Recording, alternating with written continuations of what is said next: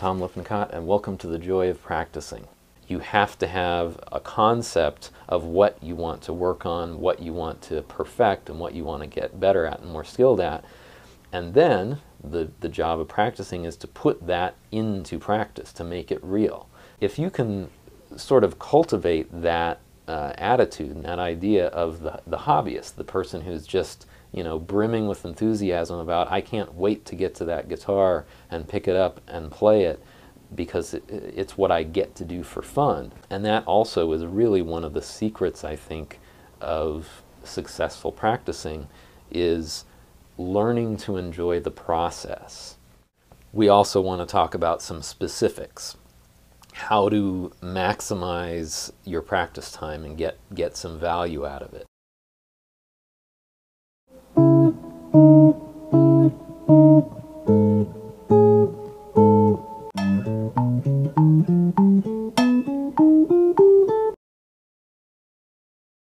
Now when I get done with that, I'm going to go to the next string. So I'll go to my B string. 2, 3, E, G, B flat, C sharp, A, and so forth. So I can use that same row of notes for all 6 strings, and I'll have to find them in different locations. 3, 1, 2, 3, 1, 2, 3.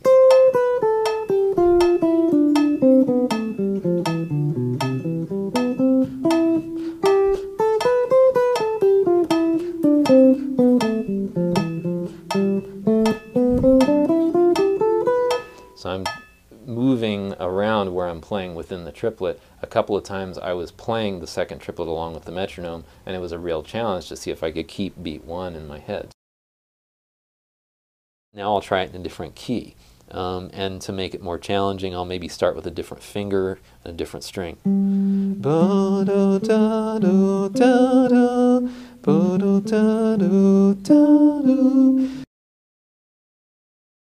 If you can sort of keep that feeling in mind, it'll help you maintain that spark of inspiration that you felt the first time that you heard some music and said, wow, I love the way that makes me feel, that's what I want to do. Go back to the top, and I'm going to count again and put in beats 2, 3, and 4 of that second measure. 1, 2, 3, 4, 1, 2, 3, 4. So I hit that letter B 3 more times on beats 2, 3, and 4. So now you can kind of see how this works. There is definitely an art to really thoroughly and effectively learning a tune.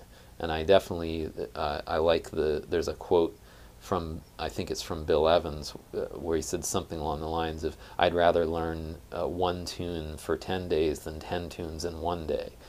So again, that idea of going back to learning something, one small thing thoroughly rather than a bunch of things haphazardly. Now example 8, I'm taking the chord changes and transposing those to the key of D as well, and just doing that for the first 8 bars.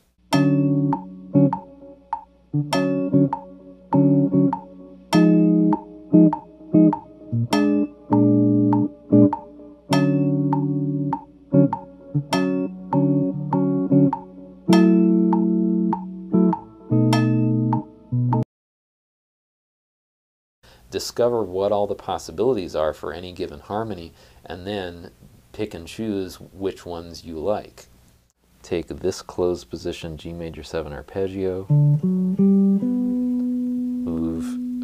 the G and the B over to the open strings, and then add a sharp 11 and a 6th. The B flat major 7 that I started with, which was this. Now this D, the 3rd, is going to go down to the 2nd and become this. And it's a much more open sounding chord.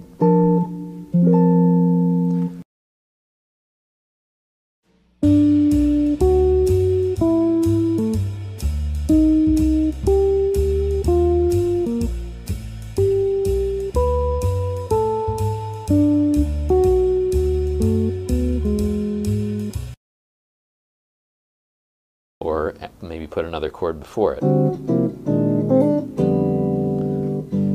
I kind of like this better. Maybe I'd leave it like that. Or if I find a melody that I like, then I can think of all kinds of different ways to reharmonize it. Always remember that this is a really unique privilege that we have to be able to play music. There's a lot of people in the world that don't enjoy that privilege, and we're lucky.